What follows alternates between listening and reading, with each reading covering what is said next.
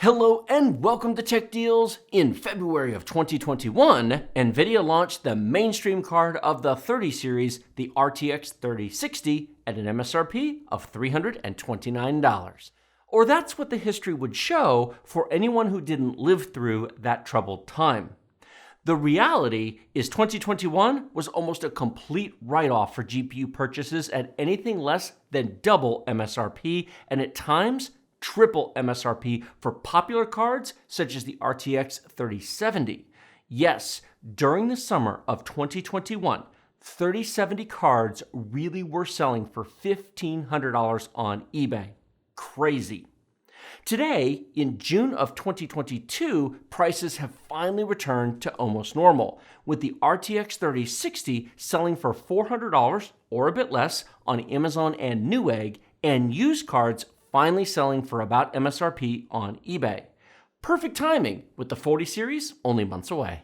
Having said that, keep in mind that when the 40 series launches this fall, it won't include the 4060. Rather, it'll be the high-end 4080 and 4090, with the 4060 likely to launch early in 2023. So, if you need a $400 video card today, this is worth considering. Today, I have 18 game benchmarks to show you, timestamps below if you want to skip around and see specific games. However, I hope you can take the time to watch this entire video because it goes into more detail than just a few benchmark charts. Having said that, let me give you a quick TLDR on this. It is a great choice for 1080p gaming and a respectable 1440p card, even for current AAA games, even in Cyberpunk 2077.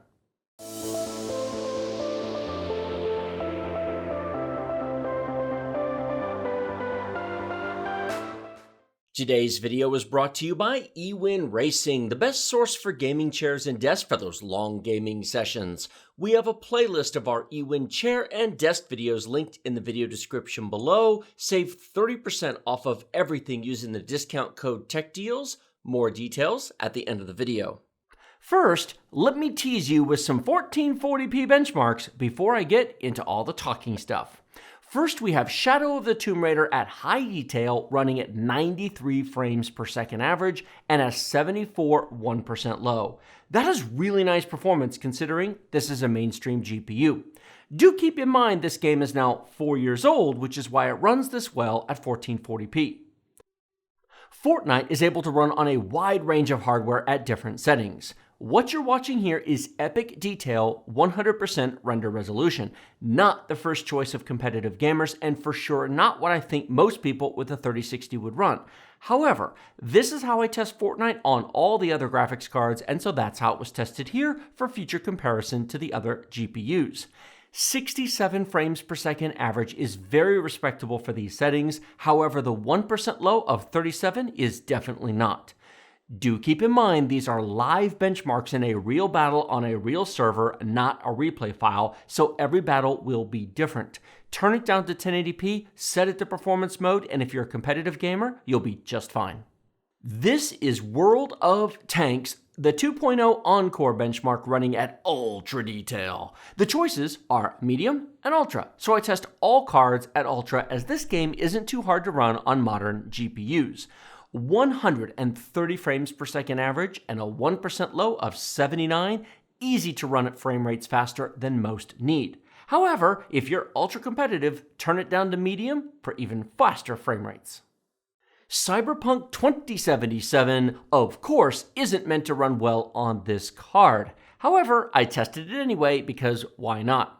Here you can see the game running at high detail, no ray tracing or DLSS was used, and the frame rate is less than ideal, barely holding over 50 frames per second. However, I want you to keep an eye on the frame time graph in the upper left-hand corner. Notice that it is remarkably smooth for such a demanding game. Having a high-performance CPU helps a lot in demanding games, more than many people think. This was very playable, and while it isn't ideal, turning the resolution down to 1080p or turning DLSS on would easily get you over 60 frames per second. Those are 4 games that reflect different areas of the PC gaming space: an older AAA game, a newer AAA game, and 2 free-to-play games that focus on different markets. The performance is solid for a mainstream gaming card. One question many of you may have is, Why on earth are you showing us this now 16 months after the graphics card launched? That's a fair question, and there are two answers. The first is the frustration and anger among gamers throughout 2021 every time a graphics card was brought up or shown made me uninterested in detailed testing until the prices came down. The second answer is I like to look at the value of each product and see where it fits into the overall big picture of a product lineup. What value does it bring? Is it worth buying? Those questions are impossible to answer when cards are selling for double and sometimes triple MSRP and going out of stock instantly when they do get replenished. There are several ways to look at and compare the 3060 to other choices as well as the older cards that came before it. The first is to look at the AMD Radeon RX 6600 XT, which is the current direct competition. That'll be saved for a future video. However, the short version is the 6600 XT is in general faster than a 3060 while missing the NVIDIA specific features that you might or might not care about. NVENC video encoding, ray tracing, and DLSS. It also lacks the 12 gigabytes of VRAM the 3060 has, which might or might not matter to you as well. The second is to compare it to the direct predecessor, the RTX 2060 6GB card, which is absolutely a valid comparison. However, I honestly don't think most 2060 owners should upgrade at this point. Wait for the 4060. You've been waiting long enough, and this isn't a mind-blowing upgrade in general over that card. The third is to compare it to the predecessor before that, which is the GTX 1060 6GB card, and that is where this gets interesting. If you're still rocking a 1060 or an RX 580 from AMD for that matter, this is a serious upgrade and worth doing if you're playing new games. The last is to compare it to the step-up card, the RTX 3070, which is noticeably faster than the 3060, but for some odd reason only has 8 gigabytes of VRAM. What can I say? NVIDIA screwed that up. If you want more performance, go buy an RX 6700 XT. It has 12 gigabytes of VRAM, generally costs $100 less than a 3070, and is performance competitive with it in most games. While we're here talking about GPU comparisons, allow me to show you Assassin's Creed Valhalla on 4 of these GPUs. In the upper left-hand corner, we have the GTX 1060 6GB card. It is averaging 34 frames per second, which is playable but not ideal. In the upper right-hand corner is the RTX 2060 6GB card, and it's averaging 48 frames per second.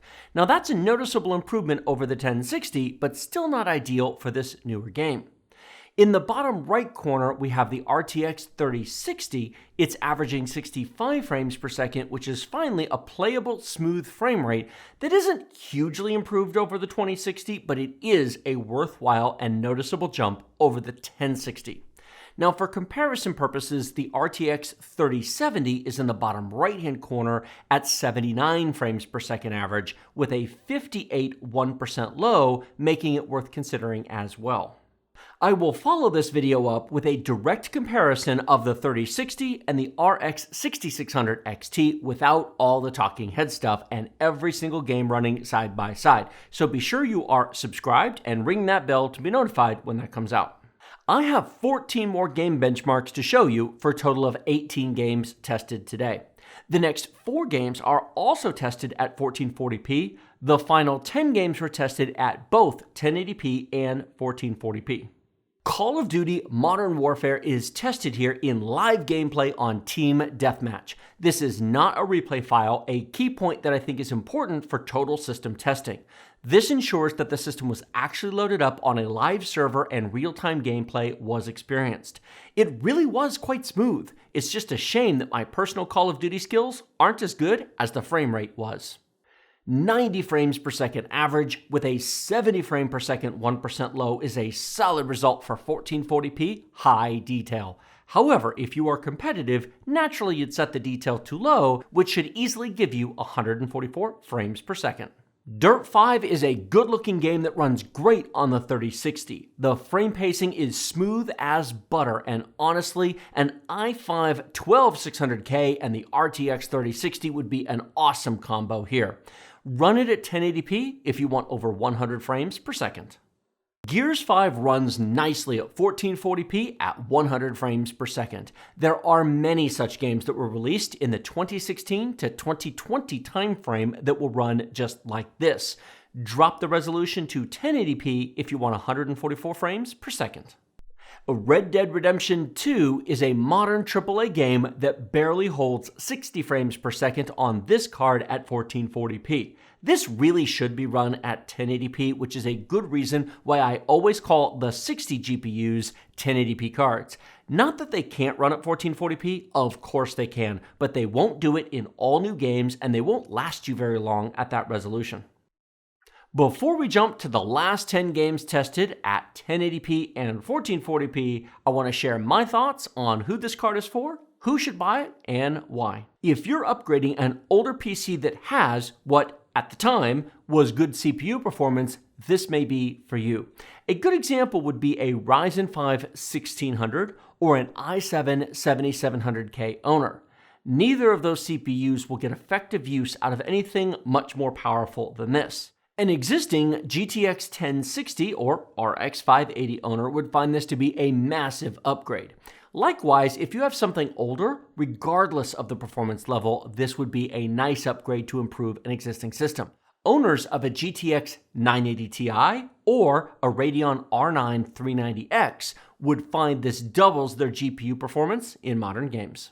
Finally, if you have a limited power supply, something in the 500 to 600 watt range, and only one PCI Express power connector, then this card may be for you.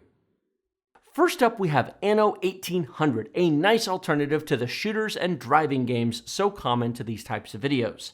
1080p sees an average of 145 frames per second and a 1% low of 96. 1440p sees an average of 99 and a 1% low of 70. Please note, the average at 1440p is almost the same as the 1% low of 1080p. This is a theme that you'll see more often than not. Assassin's Creed Odyssey. Not the most recent game in the series, but worth testing to see how well older games run. 1080p sees an average of 105 and a 1% low of 73. 1440p sees an average of 82 and a 1% low of 66. Assassin's Creed Valhalla is the newest in the franchise and is of course harder to run than Odyssey. You can expect the next version of Assassin's Creed to follow this same trend, which is why buying more GPU than you might otherwise need has value. It buys you time before a replacement is due. 1080p sees an average of 82 and a 1% low of 58. 1440p sees an average of 65 and a 1% low of 48. These numbers are quite a bit lower than Odyssey, and it just goes to show how important game choice is when it comes to selecting a graphics card.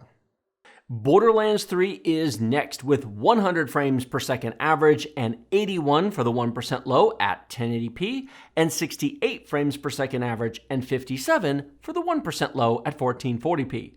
Pretty good at 1080p and still quite playable at 1440p.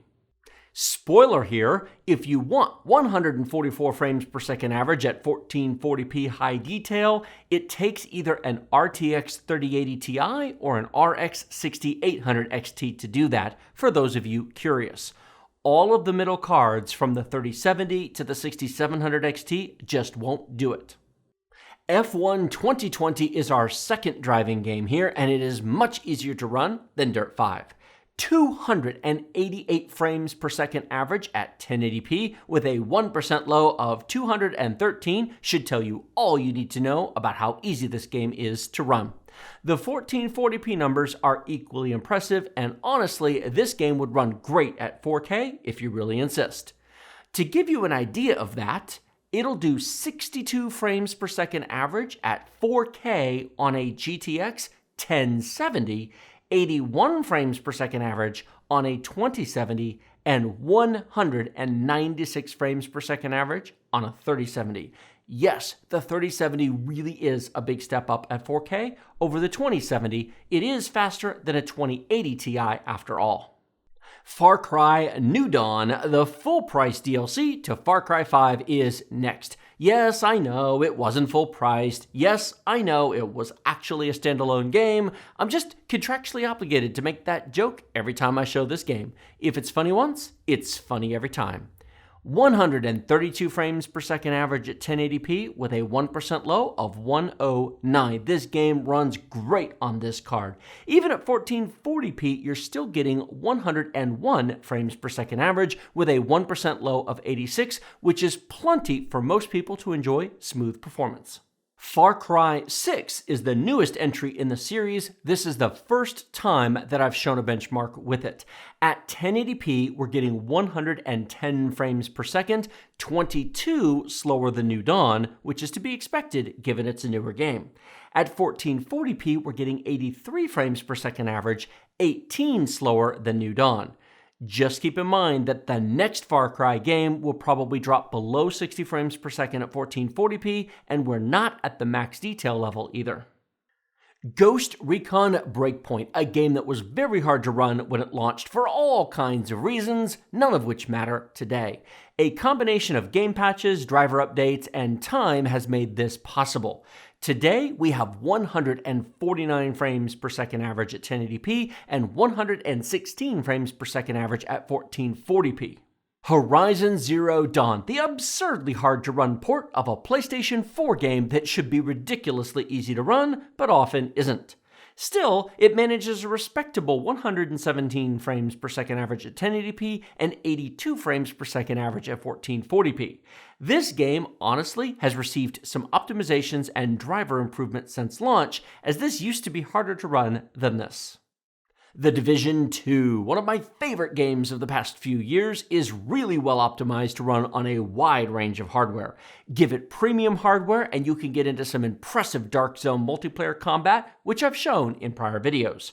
Or you can play the single-player game at 141 frames per second at 1080p or 93 frames per second at 1440p with a 1% low that remains above 60 frames per second. Finally, that brings us to Watch Dogs Legion, a game that came out close to Cyberpunk 2077, yet it never seemed to catch the attention of the public in quite the same way. Perhaps the developers should have hired Dwayne "The Rock" Johnson to counter Keanu Reeves' star power. Regardless, we have an average of 102 and a 1% low of 82 at 1080p, and an average of 76 and a 1% low of 56 at 1440p. This would be playable most of the time at 1440p, right up until you get into the busy areas. Of course, it's received patches and optimizations since launch, but like Cyberpunk 2077, this looks nicer and runs smoother at 1080p. If you really want to play Legion at 1440p, the 3070 does 107 frames per second average and 82 1% low. The RX 6800 XT does 134 frames per second average and 102 1% low, just to give you an idea of what to expect if you spend a bit more. Overall, what rating would I give this graphics card? A solid 5 out of 5 stars if the price is $250. 4 out of 5 stars at the MSRP of $330, and 3 out of 5 stars if the actual street price is closer to $400. Keep in mind that prices vary over time, and it is definitely worth checking out the 3070 and the RX 6700 XT to see how much more those cards cost at the time you're watching this. If they are over $100 more expensive than the 3060, then this is a solid value for the money. If, on the other hand, the price difference is under $100 to step up to either of these, they are definitely worth the performance jump. eWin Racing has a wide selection of chairs to fit all shapes and sizes of gamers, ranging from petite to cuddly. They have something for every type of gamer. Not just sizes, but colors and material options as well, including red, blue, purple, pink, orange, and more, plus cloth and leather choices. We have over half a dozen chair and desk videos in a playlist down in the video description below. We also have a very special offer just for Tech Deals viewers. Save 30% off of everything using discount code techdeals using our link in the video description. We have used eWin gaming chairs for 3 years in our office, sitting on them for up to 8-hour marathon live streams. They are very comfortable, and we are happy to work with eWin to bring you this special discount and recommend eWin for all of your gaming chair and desk needs. Thank you all so much for watching to the very end of this video. 2 gold stars for all of you still here. Like this video if you like it. Share it with your friends if you love it. Remember to subscribe to the channel with the big huge red button directly below. Hit that bell notification icon if you'd like to be notified when new videos come out, including the side-by-side of the 6600 XT versus the 3060 right here. Links down in the video description below will be to Amazon, Newegg, and eBay. Those are affiliate links. They support the channel at no extra cost to you. Use those links when shopping for anything tech-related or not, and it helps out the channel, and it is greatly, greatly appreciated. Leave your comments down below, and I look forward to seeing all of you next time. This is the RTX 3060 review. I am now going to wait. Are you tired over there? We haven't even started recording and you're yawning. Oh. I saw the yawn. No, I didn't. The second is to compare it to the direct predecessor, the RX 26. I said RX. Shame my personal Call of Duty skills aren't as good as the frame rate, damn it. The high-end 4080 and 4090 with the 4060 likely it'll be the high-end 4080 and 4090 with the 4060 like the 40. That's all, folks. If you're upgrading an older PC that has what at the time was good with the. If you're upgrading an older PC that has what at the time first, let me see. With a 1% low of 109, this gun goes into more detail than just a benchmark chart on the value of this Jeep. The 3070 or the 6700 XT is to see how much more they cost. Cyberpunk 2077, of course, isn't meant to run well on this card, of course. I didn't fix the of course. That's a double proposition. Would you like to walk home? No. Okay. Make your computer go faster. Throw it out the window. Let's get ready to rumble! Don't put that in there. I will make you take that out if you put that in there. I'm going to put it in there. I'm going to make you take that out of there. Don't put that in there. That's lame. But it's funny. You have to put in stuff that doesn't make me look like an idiot. The words are all English. I wrote them. They're sort of in a sentence. But when you say them out loud, it's like word salad.